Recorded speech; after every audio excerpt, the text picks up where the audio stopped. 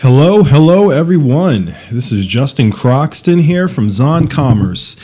I figured it's been a little while, so I wanted to put up a new video. I wanted to talk to you guys a little bit about some Amazon stuff. As many of you know, that I've been selling on Amazon for about 6 months now. I've been doing pretty well. I don't have to give all my figures out, but certainly into the six-figure business, which is great. And, we're kind of getting to a stage where December, November, sort of the bird months are here, and you're going to really start to see an uptick in sales, at least anyone that's currently selling. But anyone who's not selling, I think there are certain areas when you're thinking about picking your products that you kind of want to get to a place where you're doing at least 20 sales a day. I think 10 sales a day is fine, but if you really want to do well in this business, 20 sales is where you really want to be at on a per product basis. So I wanted to kind of talk to you guys about sort of 5 tenets, things that are so important to me as an Amazon seller, where if I'm not doing my picking based on this criteria, then there's a highly likelihood that I'm not going to do well in this particular niche. So these are the 5 areas, or I guess I know I've said 5. These are actually 6 areas with a bonus on top of that I just put this together. I said, you know what, I'm going to talk to this group about what it really requires to do incredibly well on Amazon. So first and foremost, the product that you pick, you want there to be multiple keywords associated with that product.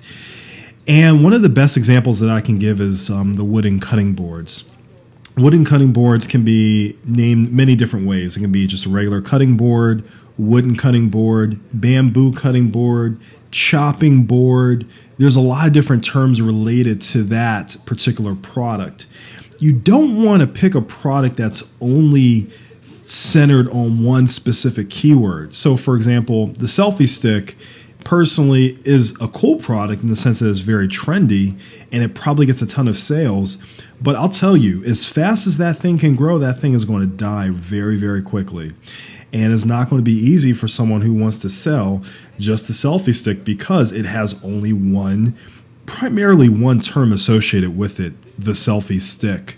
So as you're picking your products, my recommendation is that you go over to Google Keyword Planner. You try to get a sense of all the different keywords associated with that term or with that particular, product. So let's say if you wanted to do, a whiteboard, maybe it's a chalkboard, maybe it's a drawing board, whatever that looks like. Try to think of terms that provides multiple scenarios for you to rank for, not just one keyword or one set of keywords that you can rank for. I think honestly, gang, out of all the suggestions and recommendations that I can give, and this has kind of been a learning curve for me, even in this short period of time, but that's actually one of the most important things that I can recommend. I can't stress that enough. Multiple keywords is what you want to go for. Because some people will say, oh, I'm ranking for my main keyword. But then once they get some competition going, they go from 20 or 30 sales a day, they go back to 10 sales a day or 5 sales a day. And then they're wondering, man, why am I not doing so well? Well, it's because you didn't try to optimize your listing for multiple keywords and try to, rank for multiple keywords instead of just one keyword. So I don't mean to really beat a dead horse in, but I really just want to make that point clear to everyone. Secondly, 2 to 5 private label competitors. Not just brands. Some people will go into Jungle Scout, they'll do their research, and they won't look at the actual competitors and see that. You want to see that there are at least 2 to 3, maybe 4 private label brands that are selling that particular product. Because if they are, and you can see that their best selling rank, which we'll talk about in a second, is somewhere between 500 and 10,000, you know that there's some potential. You know that you might have an opportunity to do well within that market. So again, don't get it confused with a big brand that's out there. Don't get that part confused. You want to sort of decipher between a big brand versus Amazon versus a private label seller. And the thing that I usually do is I usually go out to Jungle Scout to figure that out, and they'll break it down for me pretty nicely. So again, 2 to 5 private label sellers, 2 to 5 private label competitors. That's what you want in terms of picking a product standpoint. Best selling rank between 500 and 1,000.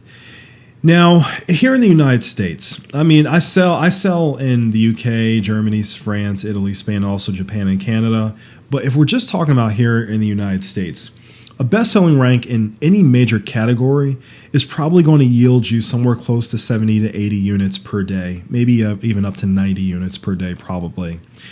Now, up to 10,000 best-selling rank in most of the major categories: kitchen, dining, home and garden, beauty, sports and outdoors. A 10,000 is probably going to get you somewhere around 7, or let's say 8 to 10 sales a day, which is respectable. If you end up seeing at least 2 to 3 competitors with a best-selling rank within that range of 500 to 10,000, that's a market where you have potential. And that's one that you want to focus on, particularly if it's a product that fits the other criteria that's on this list. So just take that in consideration. And I'm not just talking about one competitor has a best-selling rank of 1,000. I'm looking for at least 2 or 3 competitors with a best-selling rank of 1,000 or whatever. If you're looking at that, that's telling you that the market for that particular type of product is good. And you can come in there and snatch 5%, 10% of that market and do relatively well. So that's just something to consider. Next, can I price it just right? Meaning, if you see a product that's priced somewhere around $20 and you do your numbers and you see, my margins end up being 20%, don't go for that product. But if you do see that you can price it just right, whether it's $2 below or $1 higher than your competitor, then that's okay. That's good. The last thing you want to do is kind of go through this entire process, find a product that you can't even price at the place where you're going to be able to make some money off of. And for me, I kind of made that mistake. I mean, I picked a product, I thought it was priced just right, and it actually wasn't. There were some other people that got into the market just as fast as I did, and there was just way too many options, which can be a bad thing. You don't want to be in a market where there's too many options, there's not enough differentiation. Unless you were one of the first people to get into that market and you just have the most reviews and you're ranked number 1 for a ton of different terms, and that's a different story. But in this case, you want to be able to price it just right. Gifting potential. So I like products that have a lot of gifting potential, because particularly during the December and November timeframe, when there's a lot of people that are buying gifts for loved ones and family members and friends and whatnot. And for us, when we've been building our brand, we've really placed a lot of attention not just to the quality of the product, but to the packaging. And we even create 3D renderings of all of our packaging. We place it as 2 additional pictures on Amazon. It's something you can easily do. You can go to Fiverr or go to some graphic design marketplace and find someone that can create a 3D rendering of the die lines of the box that you had created by your graphic designer, or even have your graphic designer do it themselves. They'll create a 3D rendering for you. But the reason why that's so important is because people will see the packaging, they'll say, oh wow, this packaging is beautiful, and then they'll corroborate that and they'll compare it to the pictures of the reviewers, that people that leave reviews on your product as well. And so if there's a lot of gifting potential that goes on, I mean, you're not talking about just an increase, a double or a triple. You could almost quadruple your sales for one product into the November and December timeframes. So just take that in consideration as you're thinking, does this product have gifting potential? And I think you'll know if it does. I think you'll have a good sense. Yeah, this is something I can get for a gift for someone who's like a beer enthusiast, or someone that loves to travel, or someone that loves to cook. You'll know if it's a good gifting potential product or not. And then next, non-novelty and trendy items. Again, selfie stick, don't do it, guys. Novelty, my first product quietly was actually somewhat of a novelty item. It's not the type of product that people are naturally looking for online. However, for whatever reason, the competitors, they had a decent best-selling rank. So I was like, oh, it's got to be a good product. It's kind of cool. It's kind of in the brand that I want to create. But then after I went through the whole process and, picked the product, got it up online, and started doing promotions and all that good stuff, next thing you know, I was like, I wasn't really selling a lot. I'm like, why isn't this thing taking off? The packaging is superior. The product itself is superior. But I realized that it's not a product that people are naturally looking for. What would happen is people would do a keyword search and they would see the product, and then they would say to themselves, oh, this is kind of a cool item. maybe I'll get this.